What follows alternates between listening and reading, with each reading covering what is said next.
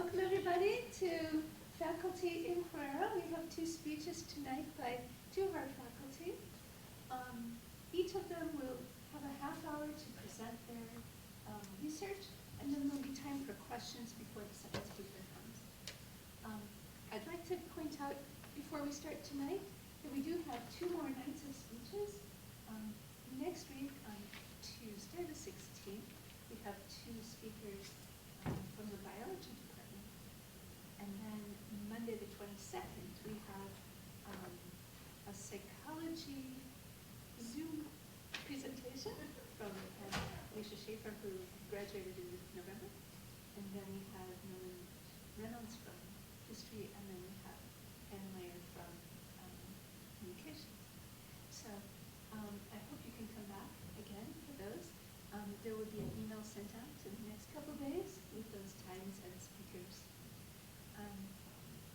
Tonight's first speaker is Professor Michelle Garland, who's new to the psychology department this year. She comes to us with a bachelor's degree in elementary education from the University of Northern Iowa, a master's in science and education from Drake University in Des Moines, and a doctorate of philosophy of education with an emphasis in curriculum and instruction, multicultural education, and international studies from Iowa State University. Yes, she's from Iowa. She's also taught English as a second language overseas in Egypt and Israel. I've gotten to know Professor Garland through her participation in Waldorf's Human Rights Club.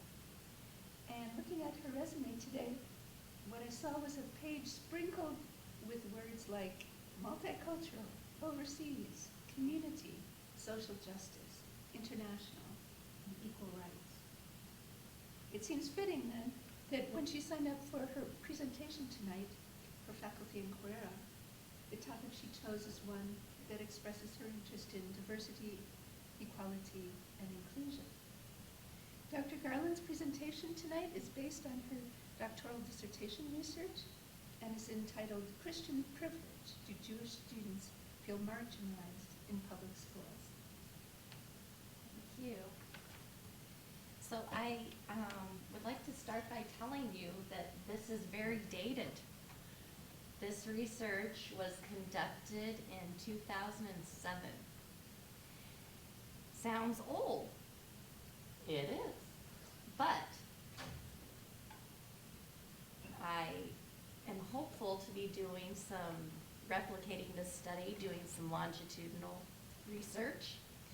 And a lot of things have changed. Since I did this, the things that were problematic to students have changed. It seems less serious now. Raise your hand if you know what 9/11 is. Raise your hand if you know what 10/7 is. So 10/7 is Israel's version of 9/11. It is the day they were attacked by Hamas.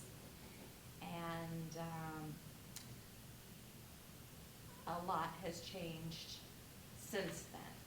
And one of the biggest shockers that has changed is reported anti-Semitism on college campuses now. And this was put out by the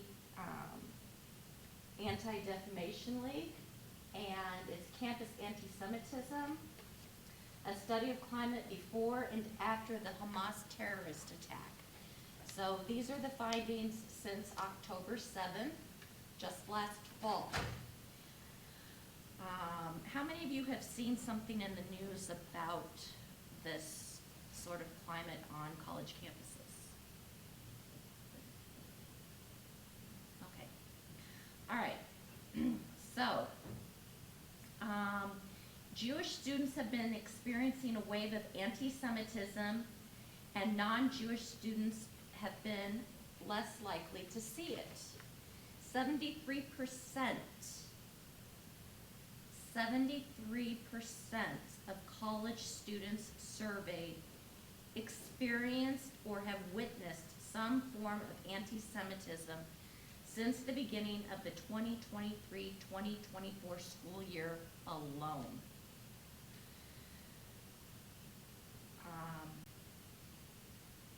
In comparison, 70% of Jewish college students experienced at least some form of anti-Semitism throughout their entire college career. So what happened within a few months has surpassed what happened to most students throughout their 4 or 6 years of college. Some of us like to be super students. Okay, super seniors.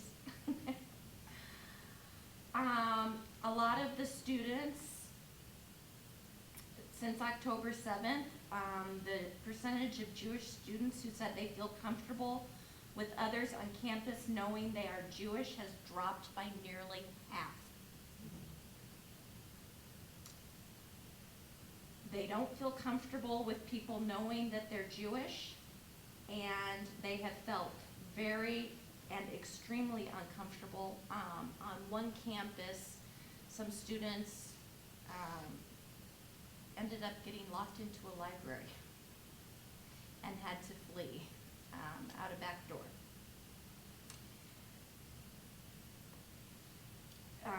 The majority of all students, Jewish and non-Jewish, feel like their campus administration has not done enough to address anti-Jewish prejudice at their universities, with 70% of students saying their university should do more to address the issue. 48% believed that it should be on the onus of campus administration to address this, not for the students. So, what does this have to do with our lives here at Waldorf? Well, I am happy to say that I think it has not been an issue on this campus at all. I have been asked by several people if I have been experiencing anti-Semitism on my campus, and I said no, not at all, not in the least bit, and how thankful I have been to be here. But that isn't the case for everyone. So my hope is to take this research that I've done in the past, conduct it again, and also to dig into this report where it just says that people had incidents happen to them, but there isn't any qualitative research on it. I'd like to try to dig and find their stories and get that published. Things have been very difficult for a lot of people. Okay, so Christian privilege, what is that? Do Jewish students feel marginalized in U.S. public schools? I know I felt marginalized growing up, and I wanted to find out if others did too. So what is Christian privilege? It's a process that's quite similar to the way in which whites and males continue to consciously and unconsciously ensure the privilege of their racial and gender groups. Experiences of racism, sexism, and heterosexism each contribute to the oppression of and discrimination against persons from minority racial, gender, and sexual orientation groups, respectively. In a similar fashion, Christian religious dogmatism contributes to persons from minority religious groups feeling that their religious identity is not valued, and subsequently, they feel discrimination and oppression because of their religious group membership. I think that is going to change quite a bit in the coming years. Problem statement. Due to the effects of a democratic society where the majority rules, it is often assumed that majority rule is equal to being correct.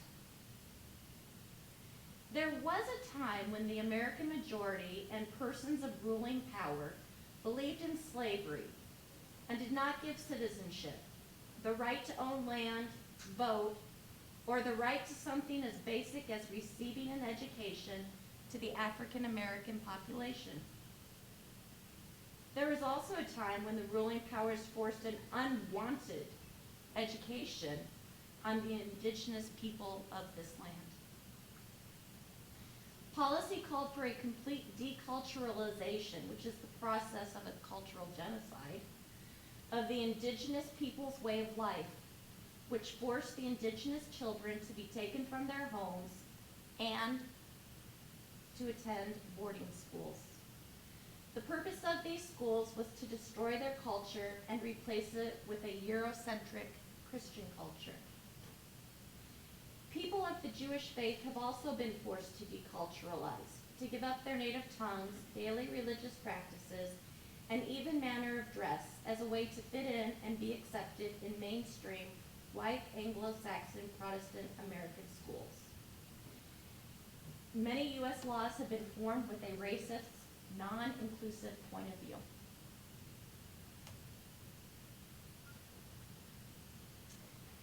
The purpose of this research is to understand the perceptions and feelings of the public school experience.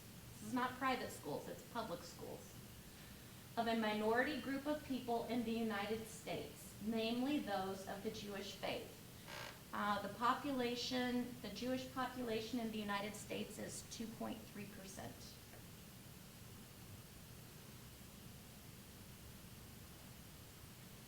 The qualitative aspect of my research entailed interviews that were both structured and semi-structured. The participants could add any information they wanted beyond the questions I asked, and were told they did not have to answer any questions which made them feel uncomfortable, and that they were allowed to stop the interview at any time. The quantitative section of my research was conducted through SurveyMonkey, so that's outdated now, and all answers were given a number value and analyzed using SPSS software.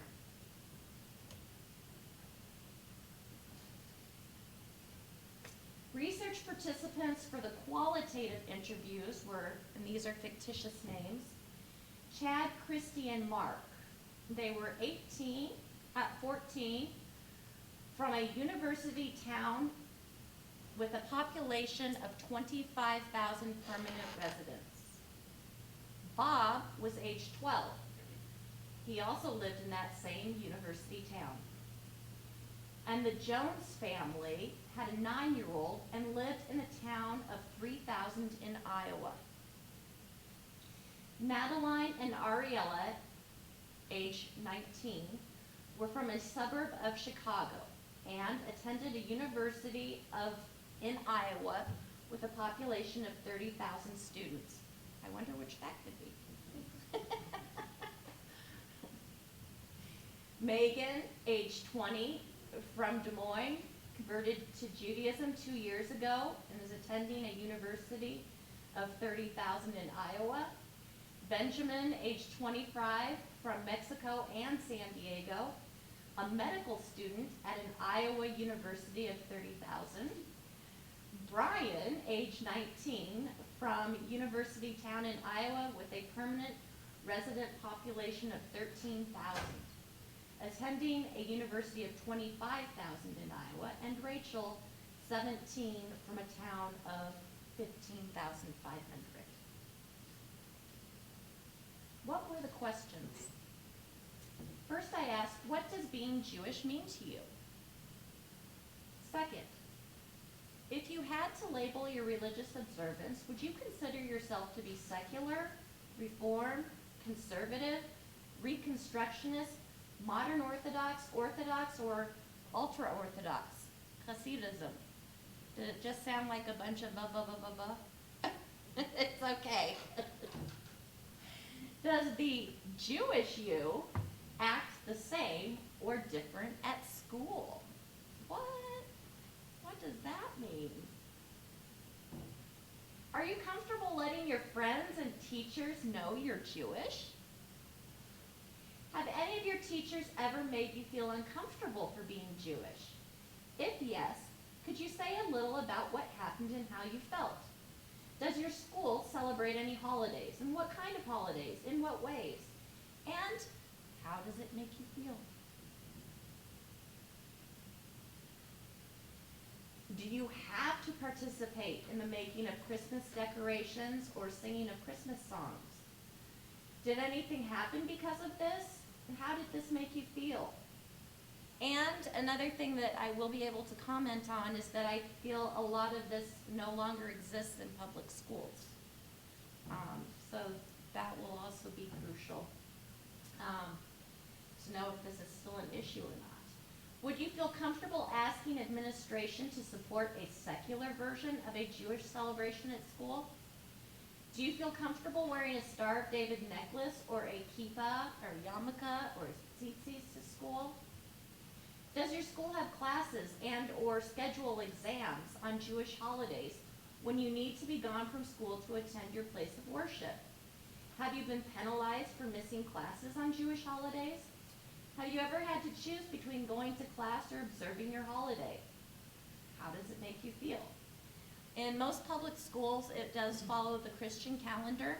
Most schools are closed for Christian holidays, public schools. Easter,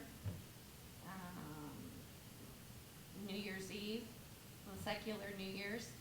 And so when a person is going to be with family or to go to their house of worship, they don't need to worry about making up the work that they're missing in class. And usually for work too. When I moved to Israel, that was one of the greatest gifts to me, is that the entire country ran on a Jewish calendar schedule. What were the major findings? Jewish students from small towns were recipients of the most harassment. They heard racial slurs from peers. There were unfair practices from teachers. Students were penalized for missing class on Jewish holidays. The administration was unsupportive, and the celebration of Christian holidays only happens in the public schools. In the worst case, one of the persons that I interviewed kept her Jewish identity a secret. She knew her town.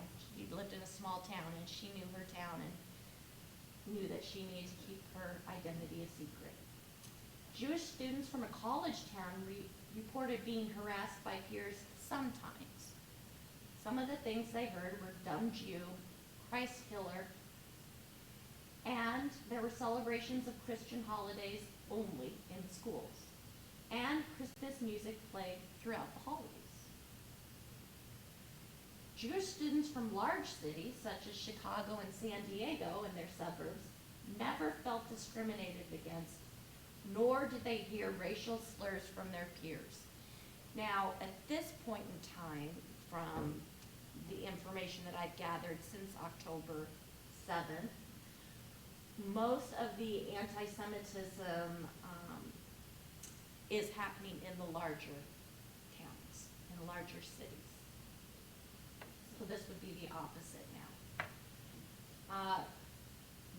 It was reported to me that racial slurs were grounds for expulsion at schools, and that they learned and celebrated all holidays from many cultures and religions.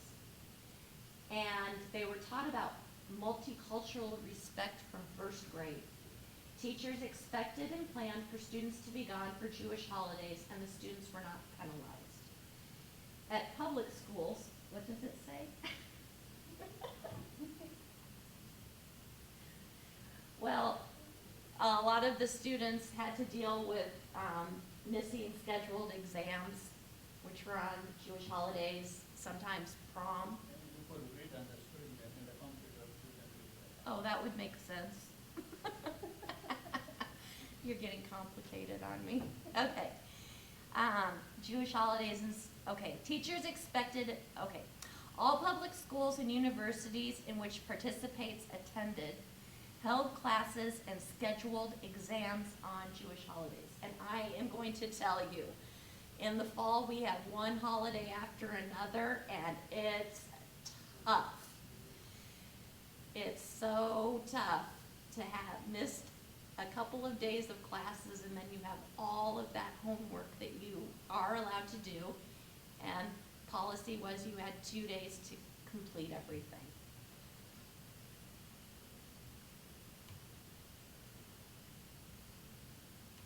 Okay, statistics from the online survey. There were 78 females and 58 males. The mean age was 37.5. The median age was 38. And the mode was 21. 26 states were represented: Georgia, New York, Illinois, Minnesota, New Hampshire, Wisconsin, Iowa, Colorado, Florida, California, Maryland, North Dakota, Michigan, Cuba, Pennsylvania, New Jersey, Maine, Rhode Island, Massachusetts, New Mexico, Florida, Virginia, Connecticut, Ohio, Alberta, and Indiana. I guess that's gonna count, Alberta. A, yes. Okay, these were the school settings: rural, suburbs, from a mid-sized city with 75,000 to 250,000 population, a larger city, and I did put college town as, because I feel that college towns do have a different atmosphere than other towns of perhaps the same or smaller situation, size, population, because there tends to be a lot of diversity that's brought to the college towns. So those were the numbers. Their elementary, junior high, and college, what they identified as coming from.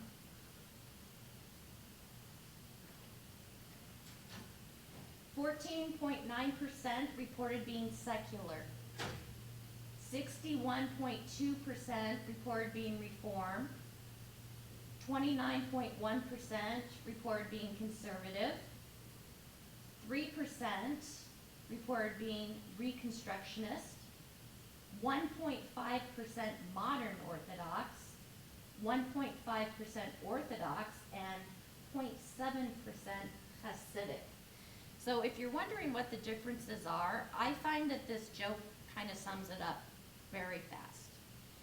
So the joke is this: at an Orthodox wedding, the mother of the bride is pregnant. At a conservative wedding, the bride is pregnant. At a reform wedding, the rabbi is pregnant.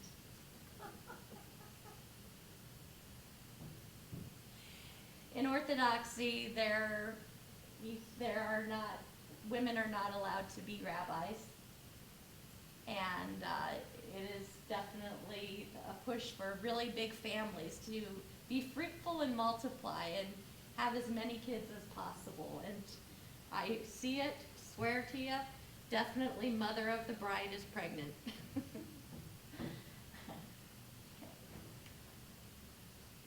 Question: how often during your schooling experience did you feel you were discriminated against, intentionally or unintentionally, by your teachers because you were Jewish? And those are the statistics from elementary school, junior high, high school, and college.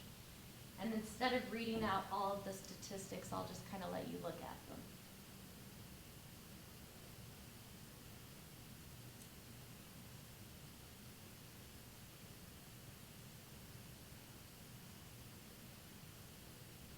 Luckily, the nevers were the highest.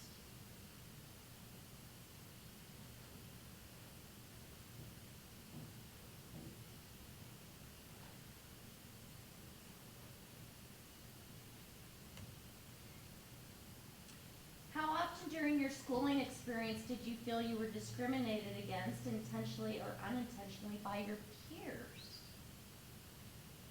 The never starts to drop a little bit.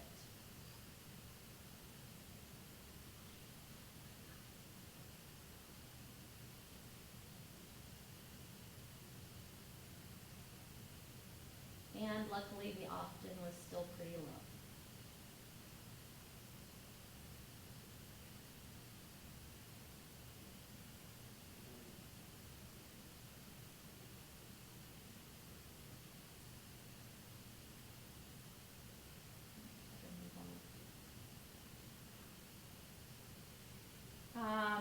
your schools display decorations. Those are the statistics.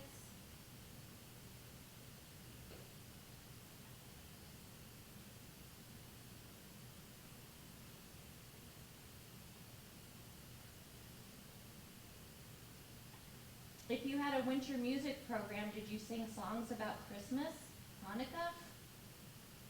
So I can remember as a little girl, I absolutely loved to sing. But I just didn't feel quite right saying,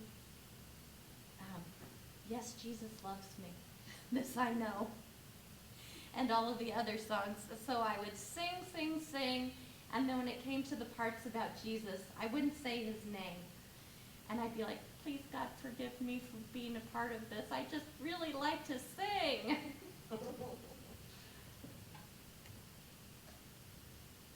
Were you allowed to choose whether or not to participate? And for a kid, choosing to segregate yourself from your peers and not participate in the holiday party or to sit out of the musical or the play is really not much fun. You start to feel different. And if you did choose to participate, how did you feel? No problem, I didn't feel uncomfortable. I felt somewhat uncomfortable. I felt pretty uncomfortable, and I felt very uncomfortable.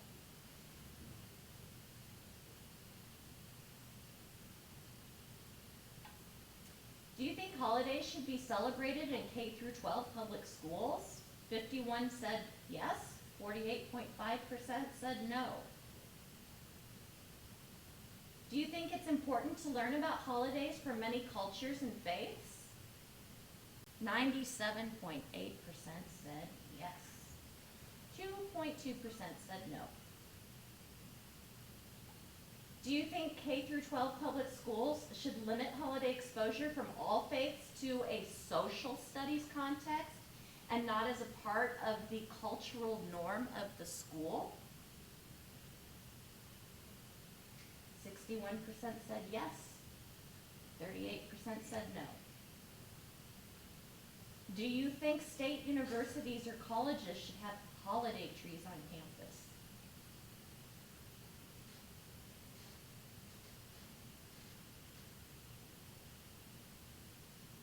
What about the holiday parties at state-sponsored universities?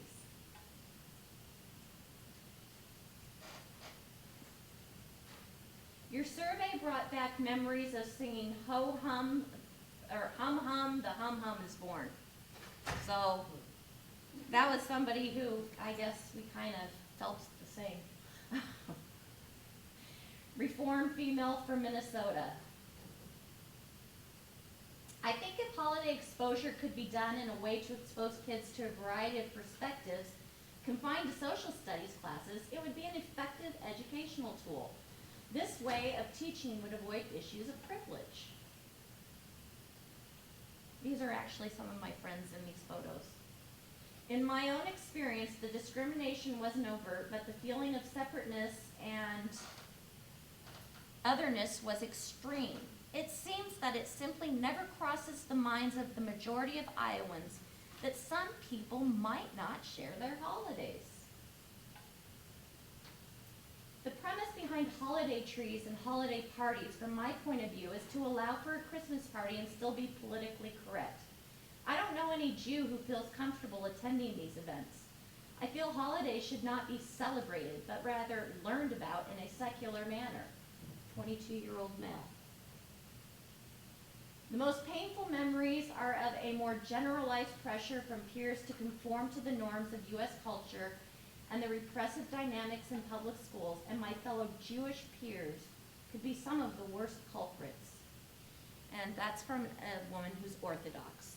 So she would get the most from other people who were Jewish saying, stop acting so Jewish.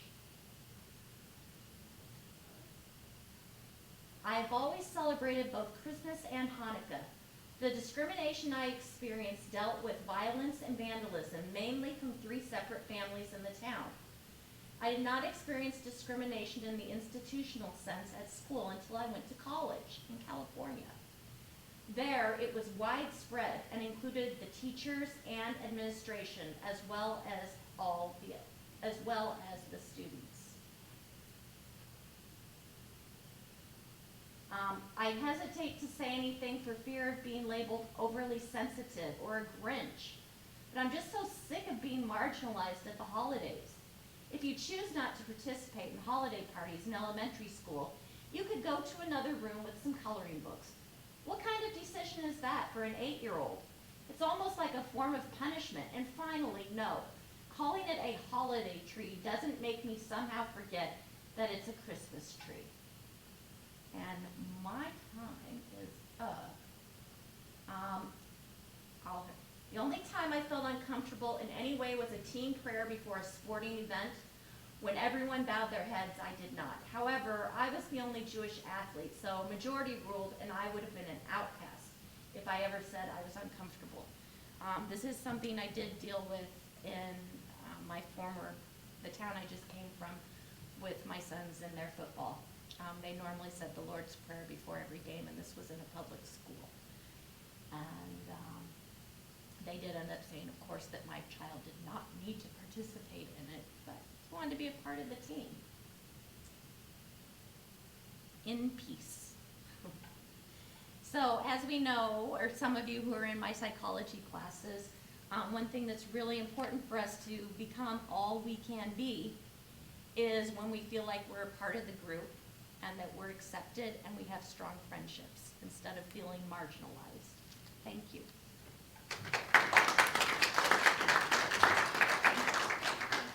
We are running a little bit late, but does anybody have a couple quick questions they'd like to ask? Oh, yeah, I forgot about that. Sorry. Yes. So why did you choose not to include private schools? Because private schools are allowed to do whatever they want. This is a public school. Public schools are supposed to be freedom of religion and from religion forced on you. Private schools can do whatever they want.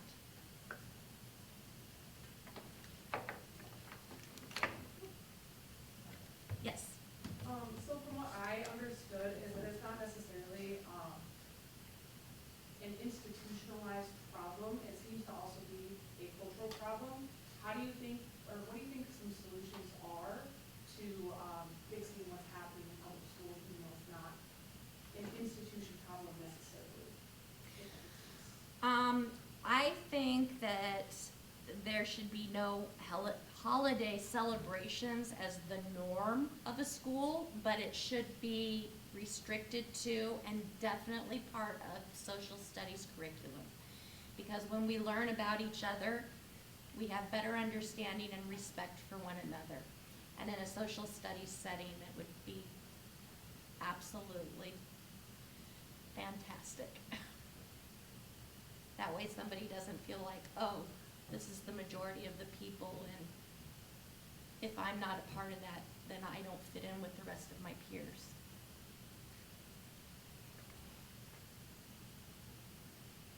Any last questions? Thank you very much for your speech. We'll now have just a couple minutes to set up for the next speech if you want to stand up and move on a little bit. Guess I'll take this off. There's some chairs up here if you want.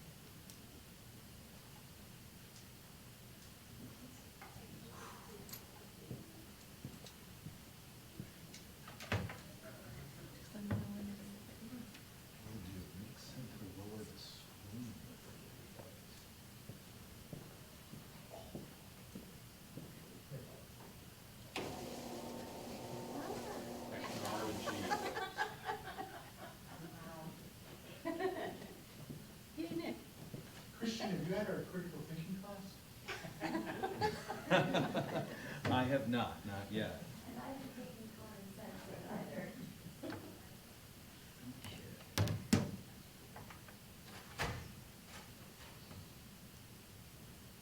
So we're moving from talking about Christians to having Christians. There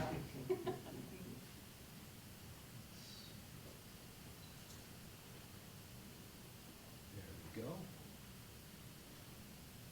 Go ahead, Susie. Okay. Introduce me. For those of you who just came in, thank you for coming. Our second and final speech for the evening will be by Dr. Christian Schler. He's an assistant professor of criminal justice and sociology here at Waldorf, where he serves as department chair in criminal justice. He hails from the U, you have to ask him which U he's talking about, the U, where he received his MA and PhD in sociology and specialized in social theory, race, statistics, and research methods, as well as social psychology. His research has appeared in numerous national and international journals, as well as in several edited books. A lot of his research has focused on labor in higher education, specifically on adjunct teachers, but recently he has gotten into the area of online extremism. His most recent publications, in conjunction with colleagues here at Waldorf and at Grandview University, have been Taking the Black Pill, Perceived Social Death Amongst Intels, which was published in Deviant Behavior, and the forthcoming work, Subcultural Hierarchy and Policing Amongst Incels in Online Forums, which will be published in Qualitative Sociological Research. Dr. Schler's presentation tonight is titled Explaining the Involuntary Celibate, aka Incel, Phenomenon Online, Sociological Examination through an Empirical Investigation of Merton's Strain Theory. Thank you, Susie. So, this is not my normal type of research. This all started, I had on my whiteboard in my office kind of like my research agenda with a bunch of different things on there. And at the very top was incels. And Dr. Bossard came to my office one day, and she was like, "You're interested in incels?" And I was like, I was thinking about, doing some research on them, maybe starting an incel rehabilitation program or something like that. And that's what kicked this off, and this has been, so far, 2 years worth of work in terms of data collection, theoretical formulations, lots of journal rejections, I should point out. And so this is actually, I would say, the central piece to the research. Now, we haven't published this yet, it's coming, but I figured this forum would be a good place to sort of introduce some of this research. Now, before we get started, one thing I've learned when talking about incels is we have to give a little bit of a warning.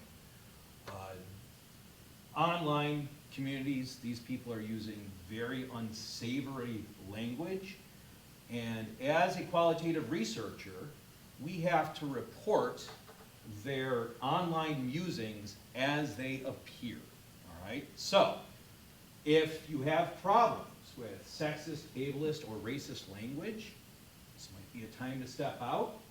Discussions of suicide, that is very common amongst our involuntary celibates. Violence, particularly against women. Lots of swearing, and graphic discussions of intimacy. So, I just want you to be fairly warned about what we are getting into tonight. So, what is an incel? All right, an incel, to put it briefly, is an involuntary celibate. They are almost exclusively men and boys online who can't, and I'm going to use their terms, can't get laid. That's what it's all about. And they like to blame everybody and everything else other than their sexist, patriarchal worldview. Ironically, the term incel was coined by a disabled Canadian woman who, in a blog or a website, kind of was talking about her inability to form intimate relationships. And that became sort of like the genesis of inceldom online, which has now been co-opted by men and boys. Why study them? I mean, they seem to be a small percentage of the population. They almost solely exist online. It's hard to find them out in the wild. So why study them? Well, one is there have been definitive links to extremism and violence originating from these incel online forums.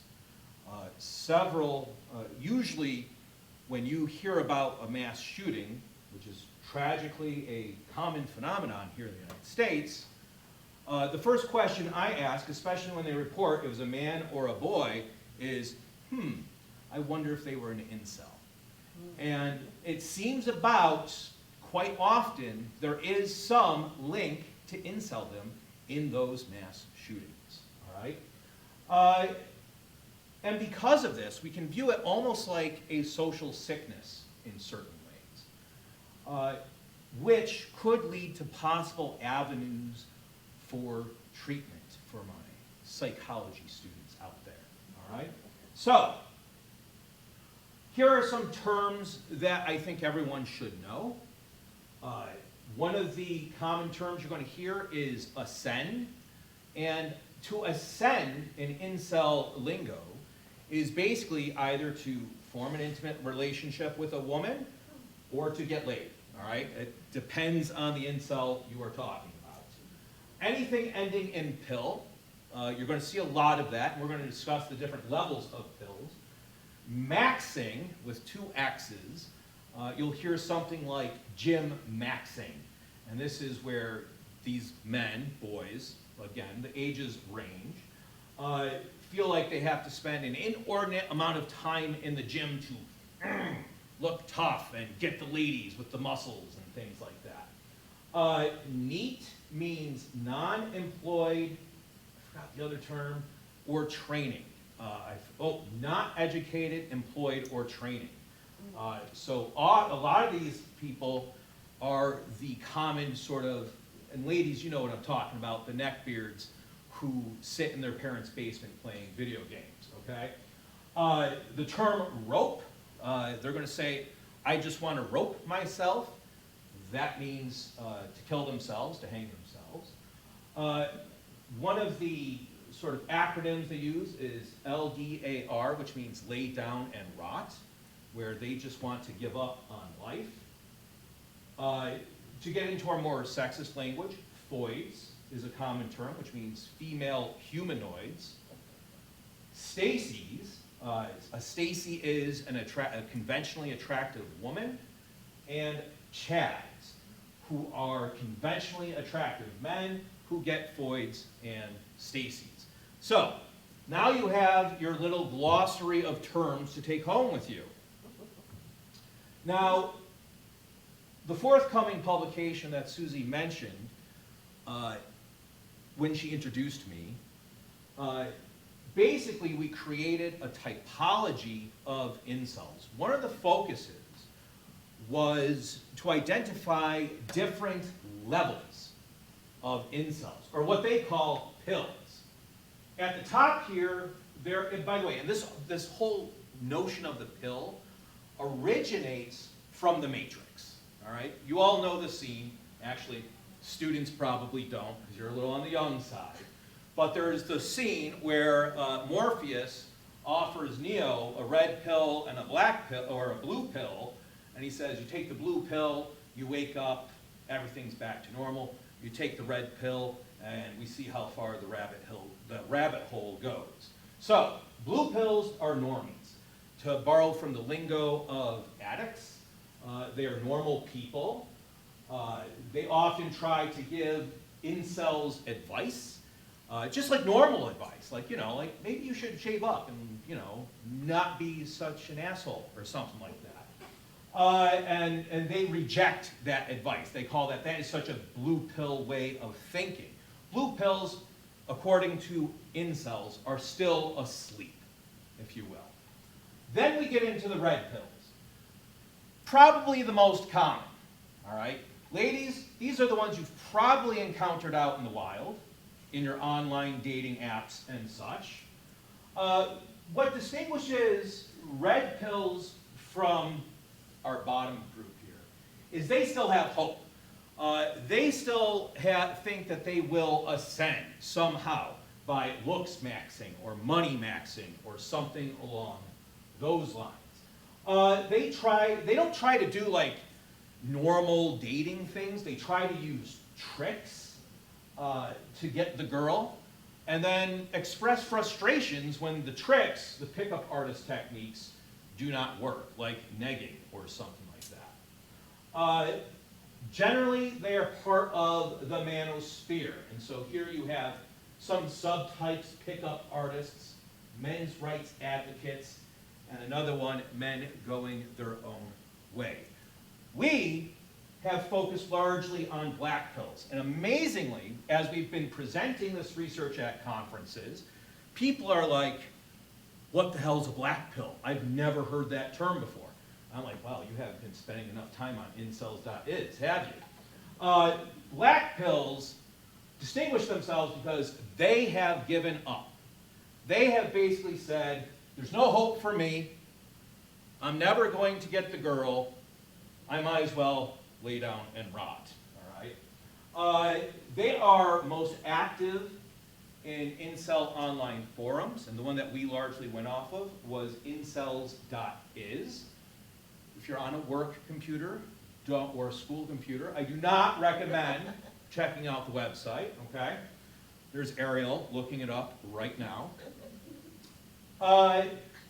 They seem to be heavily bought into the incel ideology.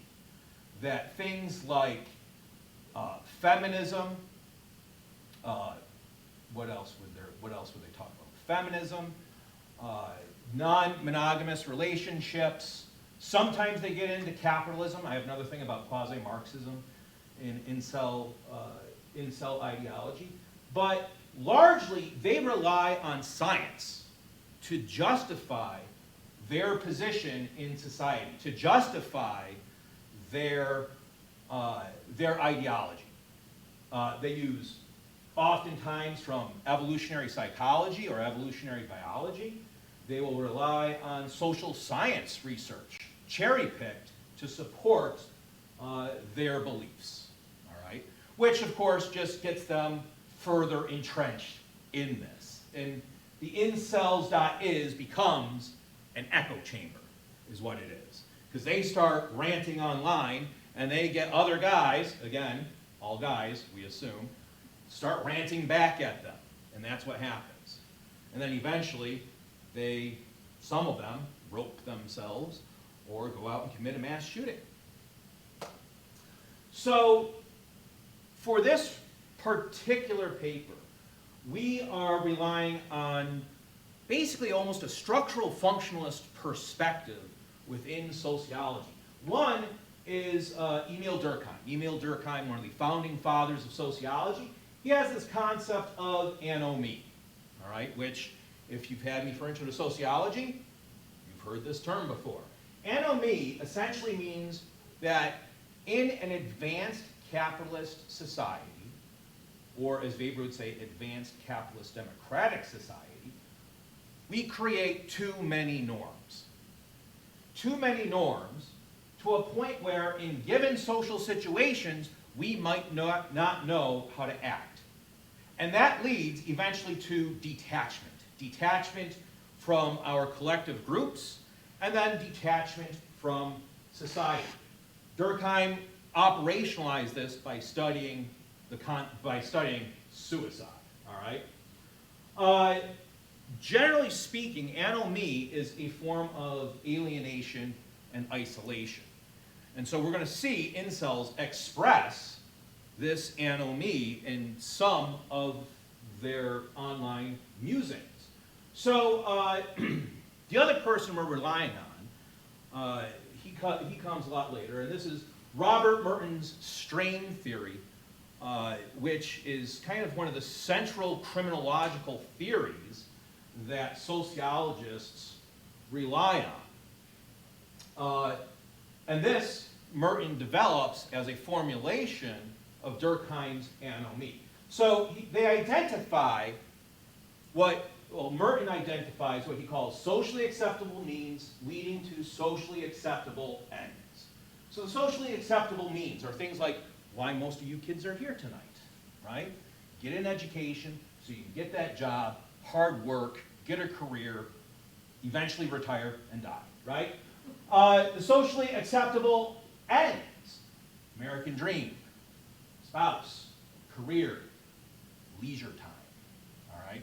These are the generally accepted, socially acceptable ends. And this is sort of how the typology lays out. Now, when I teach it, I talk about in terms of access and not having access to the socially acceptable or institutionalized means and goals or ends. And over here is where I would put reject and replace with new means and new goals. So we have 4 different types. Conformists. That's most of you in this classroom, okay? We're not going to bother talking about conformity. We're going to focus on the other 4.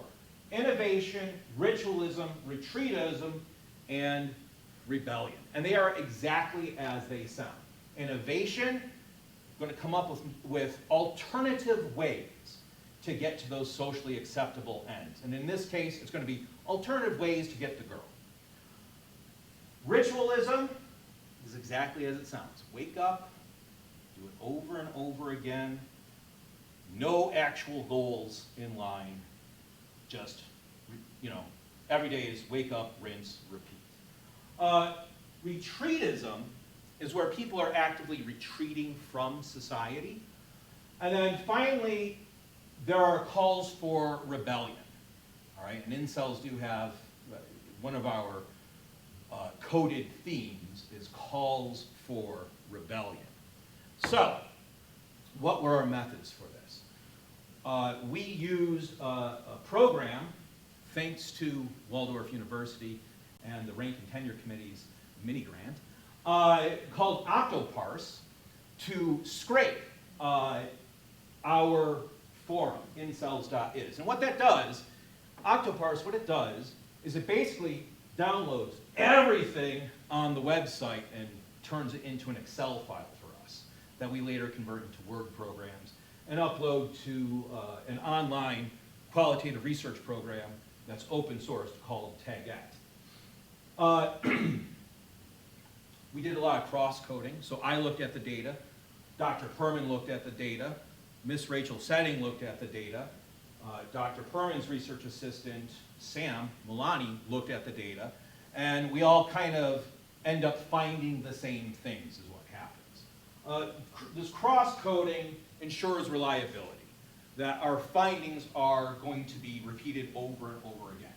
And the coding is done until theoretical saturation is reached. In other words, we get no new findings. We have not reached theoretical saturation, all right? Because we are still finding new stuff out there. We have, by the way, for our data set, over 1,000 posts is what we have, 1,000 discussion forums. So, what were our themes? Evidence of anomie, we're going to talk about that. General expression of strain. Innovation, ritualism, retreatism, and then those calls for rebellion. So, here we go. Evidence of anomie. So, here's our user buried alive in a discussion forum titled, "It's All Women." And he writes, based, women do have the larger piece of blame since they are the main perpetrators. But at some point, Simps said yes to feminism, when they started destroying the fabric of society. Everything else, unleashed hypergamy, destruction of the family unit, anti-male agenda, sexual revolution, is a consequence of this. All right?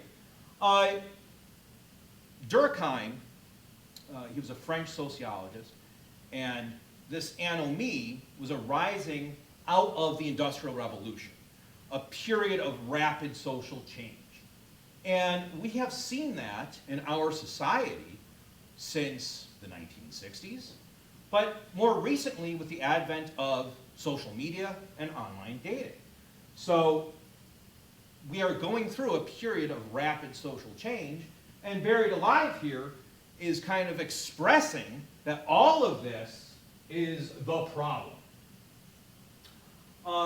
In a thread called Inceldom is the result of societal configurations, and they would still bring suffering even if you ascend. Our user, Willie Stroker. Only in a sick and dying society can so many people end up like this. In the past, even the lowest of men had relationships, a community, friends, typically a wife and kids as well. Being a man all alone is truly the lowest form of life. All right? So he's saying that back in the good old days, even the uggos were able to get the ladies. And today, there's too much competition, and, well, I have other stuff about eugenics that comes out of this, but not tonight, okay? That'll be for another faculty inquiry. So, expressions of general strain. I have no idea what my SMV is. SMV is sexual market value, all right? Here's our Les French cell. No idea, but it probably isn't very high if we are being honest. If you're a man, this is all written by them, I haven't changed it, so it's not my grammar. If you're a man, don't receive any feminine attention, aren't money maxed or looks maxed, and below average height, 5'9", then you're easily sub 5. Any other deformities or conditions like obesity put you closer to the sub 3 range. All right, so me as a 5'9", I guess I am just average, and definitely not money maxing, okay? Tonight I am looks maxing though, aren't I? Here's another one. General strain. Useless rice. More and more Chads are becoming incels. Strainly was the name of the forum. Man, if I could afford my own apartment and stop being a wage cuck, life would be amazing, even if I was single for life. Does he care too much, or have I been coping on the black pill too much? Here, Useless Rice and Les French Cell are both saying, look, we're not achieving the socially acceptable ends, is basically what they are saying. And this is that general expression of strain. They feel like failures in life. Some of them are. So, now we get to the other stuff. So, innovation. Adson. I don't know what happened. I tried my best to avoid her. I want to stay mysterious. During that conference, her friend sat next to me and started talking to me.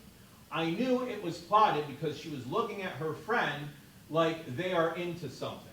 I am 100% sure she finds something mysterious about me. For 90% of the time, I accidentally look at her and we make eye contact. This is a typical pickup artist technique. I want to appear mysterious because then the ladies are going to ask about me or be interested in me. That is why this is under innovation. Instead of going up and saying, hey, how's it going? He's too busy trying to be mysterious. 5'6" Cell wrote in response to seeing couples on a college campus. So he had led basically a sheltered life. He's in a dorm, and he sees all these couples making out, and I quote, taking off their shirts in the common areas. So here we go. Go around, and so 5'6" Cell makes a suggestion to OP here. Go around and make some friends. After a while, ask them if they like to do a threesome with you. Trust me, man. All right? So instead of trying to form meaningful relationships or friendships or anything like that, 5'6" cell is telling our OP, go ask for threesomes. That's going to get you the girls. All right? Curry Boy 420 wrote in Tate Blackpill, hyperbole. I thought Tate was more realistic or at least a better swindler. Now it feels like he has something to prove. This is in reference to Andrew Tate, the guy who got arrested in what, Ukraine or Czechoslovakia or something like that for sex trafficking. A lot of incels tend to worship him because of his sexist views. And here, Curry Boy 420 even says Tate was a swindler, that he was using all of these different innovative techniques to get the girls. And we know Tate was basically lying and a fraud and all that stuff. Here's some depressing stuff now. Ritualism. This goes back to my new dorm at uni is infested with young couples. Stun Dripper wrote, my only coats are the gym, going on walks for miles, and smoking weed. Second year for me, my school is a shithole. So Stun Dripper here is saying, I wake up, I go to the gym, I go for long walks, rinse, repeat. He's just going through the motions. Inceldom is the result of, so here we go, brutal pill. All right. The only thing the stupid era is good for is smoking weed, watching anime, playing vidya, and beating off to internet porn. While one typically enjoys alone, those activities are often leisurely amusements enjoyed in excess, especially porn. I am a victim of porn abuse. Seriously, I don't even want to have sex with normal women. I wish I could consummate with European escorts and prostitutes like you. This is in response to another guy who's saying, well, I just go out and buy prostitutes. All right? In other words, brutal pill here, again, ritualism. He's just going through the motions. I think, no, this isn't the one yet. Here we go, out-competed by Roomba. You know, robotic vacuum cleaner. Same. I think I'll just carry on gym selling and escort maxing until my 40s and then kill myself. Nothing else seems worthwhile. Very good post, by the way. All right. I think that kind of speaks for itself. Here's some more for ritualism. This is OP. He was a deleted member, and they delete members when they ascend. So when they make an ascension post, they get banned from incels.is. So, deleted member. It's so sad we replaced socialization with this forum.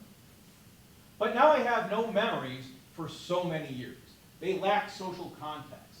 Even now, I can't properly enjoy things because it's just me consuming and forgetting once the series is over. Because there's no social investment, no emotional investment. It's just something I consumed like a bag of chips and then forget it forever.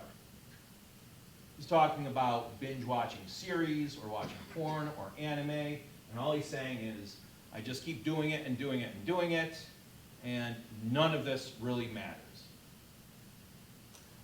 Knight of, I don't know how to pronounce this, Simri, I guess. Knight of Simri, he is one of the master posters on incels.is. He has a lot of what they would call high IQ posts. During my time at home, I would watch misanthropic videos, contemplate suicide, and browse 4chan. It was from here that I discovered the incel community, and well, here I am. Part of what Merton does in his work is he's trying to explain why people fall into criminal behaviors. And that's kind of the goal of our research here, to explain why do these individuals come to identify as involuntarily celibate, or incel. And here's an example of how this happened. He is just, again, it's a he is just going through the motions and eventually happens upon the incel community.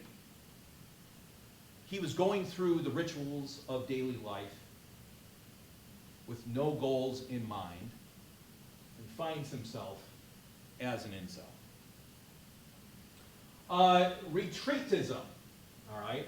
I'm going to skip down to down here. My life is so fucking boring. User starter never wrote. While people were having girlfriends, going out and having friends, I just sunk into my cell phone and watched time pass by. Even when I tried my hardest, it would never get anywhere. I refused to jest or max in my late years, and that just left me alone. If people can't laugh at your subhuman appearance, they don't want anything to do with you. So starter never is basically indicating that he is withdrawing from society. He is retreating. Here, this night of Simri again, just to skip down. I neglect grooming routines occasionally, such as brushing my teeth. I'm on medication for my autism, which has hindered my social life substantially, and am a NEET, not educated, employed, or trained. I think I chose this one on its own slide because this is the ultimate encapsulation of retreatism. I was always childish and immature. Didn't really think about life or my future, mostly preferred being alone, did bad in school, and didn't experience much. While others my age socialized, had friends, hanged out, went to parties, malls, beaches, lakes, and so on, I sat in my room. I live in a small city and barely know about any of the different stores, restaurants, and places here. Now, I don't have any friends, have lost all contact with all former classmates, barely got a relationship with my family members, have experienced probably less than 10% of what others have, and I feel like I'm a sociopath. Like, I feel completely unable to feel affection, sympathy, or empathy, and it feels like it's always been this way. I also don't desire to grow older. Even if looks and physical issues were out of the picture, I don't want to become 30 plus years old, have a wife and kids, or any of the normal stuff all other people do.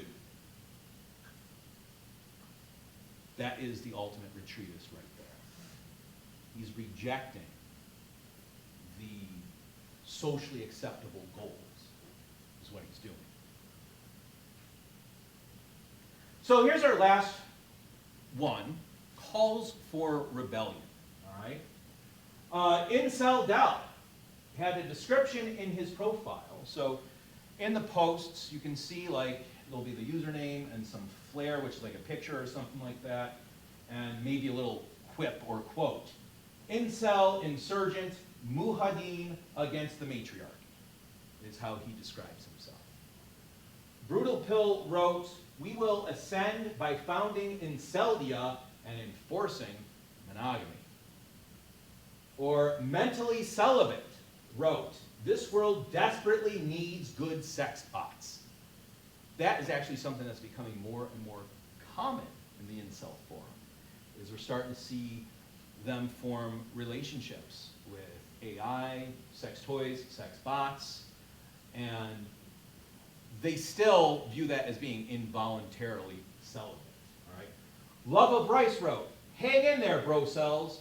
Valentine's is almost over, and the incel rebellion has already begun." All right? So, why do all of this? Why do this research? Most of the research that has been done on incels to this point has focused on their sexist and misogynist language, has labeled them as potential terrorists or extremists. It hasn't been sympathetic to them, to say the least. And, or it's focused on things like depression, loneliness. That's what the psychologists have been focusing on. Myself and my colleagues, we are the first to actually start pushing for more sociological research in this area. So that's part of the reason why we are doing this. Publishing this stuff is hard because I remember for the one that's forthcoming, we got rejected by 3 journals, 3 sociology journals. And one journal said, this is not worth publishing anywhere except maybe in a newspaper, is what they said. And my response then was like, F you. But they obviously had trouble digesting the language that incels use. And as qualitative researchers, our job is to report the findings as they are, is what we're supposed to do. This also provides us a pathway for understanding pathways to extremism. Incels have been linked to right-wing extremism, right-wing violence. And we see a lot of comparables between right-wing extremism and their pushback against changes in society and incels. Both of them think feminism is one of the greatest evils foisted upon the American public or foisted upon the world. And then also possible treatment for those who want it, those who seek it out, like addicts. As a recovering addict myself, I had to hit rock bottom until I found treatment, and now I'm sober like 5+ years. It's the same thing here. We can treat inceldom like an addiction, because a lot of the incels, as they are posting, realize that they have a problem, and that is usually the first step. We have lots of future research to do on this. We presented recently one on self-medicalization and incels. This was at Midwestern Sociological Society this past weekend. We also have a book deal coming out, an edited book, of which one of our students here is writing a chapter with her professor. And then finally, I have a push to establish a research center here at Waldorf. I've already bought the domain name. Now it's just a matter of getting a website up, and I suck at websites. So, and that's going to be called the Incel Research Consortium, is what it will be called. I figure that would be a perfect ending. Sorry for taking a little extra time. So, questions? Or is everyone just shocked? Lead is like, now I know what to look for in the profiles. None? Mr. Chavez. What would you say would be treatment then? What would be treatment for incels? Would it be like getting jobs, going to the gym, making more money, looking better? Is that what you mean by treatment? So, that's an interesting question, because that was brought up at MSS. By the way, my presentation at MSS was standing room only, and they let me go first, which was their mistake, because all the questions afterwards were directed at us. And one of the guys, a gentleman came up, and he is a negotiator, is what he is. He is kind of, gotta remember, his job is to, when there is strife, for instance, in a workplace or in a war zone or something like that, he's sent in to de-escalate. He had talked about, he did a lot of the de-escalation, trained a lot of the workers for the city of Flint when the water went to shit in Flint, Michigan. He trained a lot of the workers in de-escalation techniques. And he said, one of the things we have to do is begin to steer the conversation to some place where we can find common ground. And I think that's something that can be done with incels. Try to get at what the root is that is making them angry. Because it's not just not getting laid. There's something bigger going on there. I think it's also important to point out a lot of the online literature, and I'm not talking about the academic literature on incels, originates out of Eastern Europe. And I believe incels.is is hosted in Eastern Europe. And I think that says something about the economic factors that are in play here. Miss Elliott. So as far as like treatment goes, are you thinking something like CBT, like therapy? Or, It's not my area of expertise. see, like, that's what I would think to do? Possibly. Like I said, future area, kid. I'm not there yet, all right? I'm just doing the research. That's the thing. We have no such thing as clinical sociologists. Yes, Miss McKibben. Like, speaking of being there yet with your research, have you had any ideas on like further research to do about incel, like taking more of a directed approach, I guess you could say, and like handing out like surveys or something? Kind of hard to survey incels, you know what I'm saying?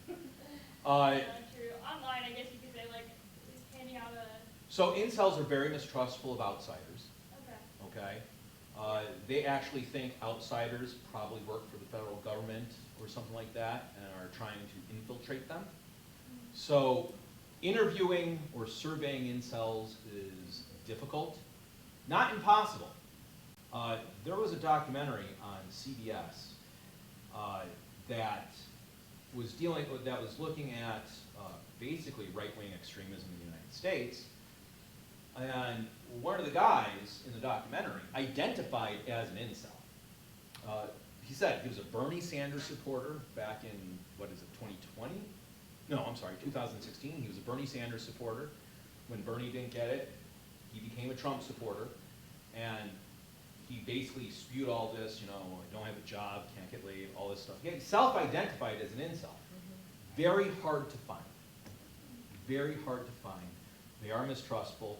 However, there are, for instance, incel recovery groups on Reddit, or subreddits devoted to incel recovery, and that would be one area to start looking at. Right now, I'm focused on miningIncels.biz. Any other questions? Ms. Reiners. In regards to like the AI and the sex bot Mhm. side, do you think maybe like possibly in the future you could do like research on the AI aspect in regards to like the blue pill and black pill and the red pill, saying like the AI can also like replace human emotion because then they can talk out their feelings to these robots? And also like Using AI as a therapeutic tool is what yeah, we're kind of but, getting like, at. do you think it could go in a better direction in regards to like isolation, or do you think it could get worse, like with technology going and like the AI like building more and more? I'm not going to prognosticate on the future. What do we know about AI so far? Aside from a lot of our students use it. I will catch you, okay? Aside from that, though, we see that AI, especially what we have to understand, AI, it's not really artificial intelligence. They're language learning models. And what you get out of AI is what gets pumped into it, right? And there have been horror stories of AI programs out of Google and Microsoft that started to go too far into hate speech and extremism. So using AI for this, for treatment, is, I would say the technology isn't there yet.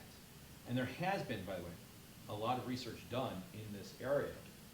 Funnily, if that's a word, people are more willing to talk to a robot than they are willing to talk to another human being. And that is so far been one of the only advantages that artificial intelligence has held for therapeutic purposes, is that people will open up to a Teddy Ruxpin, for instance. That's too old for you, I know, but that was a little bear. You put a cassette tape in him, and he would like talk to you in pre-recorded messages. I hope that answers your question, Ms. Reiners. I think like what I'm asking is like, do you think with AI now it becoming more and more popular, do you think like people like this are gonna like more like become more like Like, is it gonna encourage? yes, that's I think it's going to encourage itself. Yeah, because especially when we look at the retreatists, like, that's kind of what they're looking for, right? Is they can get the rocks off, again, to use their language, without actually having to talk to a person. And they're still going to blame society, blame feminism, blame matriarchy, without realizing that it's actually them that's the problem. Any other questions? Go ahead, Mr. Chavez. On one of the slides, it was like, the guy was talking, I can't remember what the name of the dude was, he was like, oh yeah, I paid for.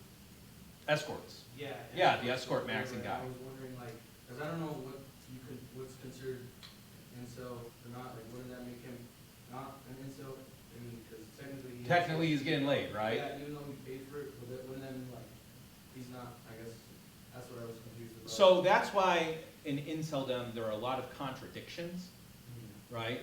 He would still identify as an incel because he had to pay for it. Without the ability to pay for it, he would be involuntarily celibate, right? And then also, there's confusion, even with inceldom, of is it about getting laid or is it about forming a meaningful Yeah, relationship? that's what I was gonna ask. Right. It was more of like a. Yeah. So that's going to depend on the incel themselves, is what do they view as making it out of involuntary celibacy? Any other questions? Well, I do want to give some acknowledgments here, all right? Miss Rachel Setting from class of 2022, she was one of the people who kind of hopped on board early on with this project. Dr. Elaine Bossert, who had to leave because, I don't know, this stuff is not child-friendly.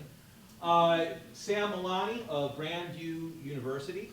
She is Dr. Herman's research assistant, and she has been doing a lot of the sorting through the data for us and learning how to do qualitative research. Impressive for an undergraduate. The Office of Academic Affairs, who has done a pretty good job of supporting this research. And, of course, again, the Rank and Tenure Committee, who paid for our usage of Octoparse for about a year, and they're going to get another request for that again. So, those are my thanks to everybody, and thank you for coming to my talk.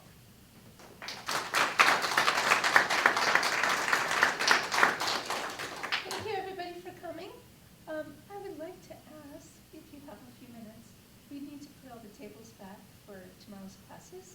So if some of you would stay and help us rearrange, that would be wonderful. And can somebody check if that door is locked?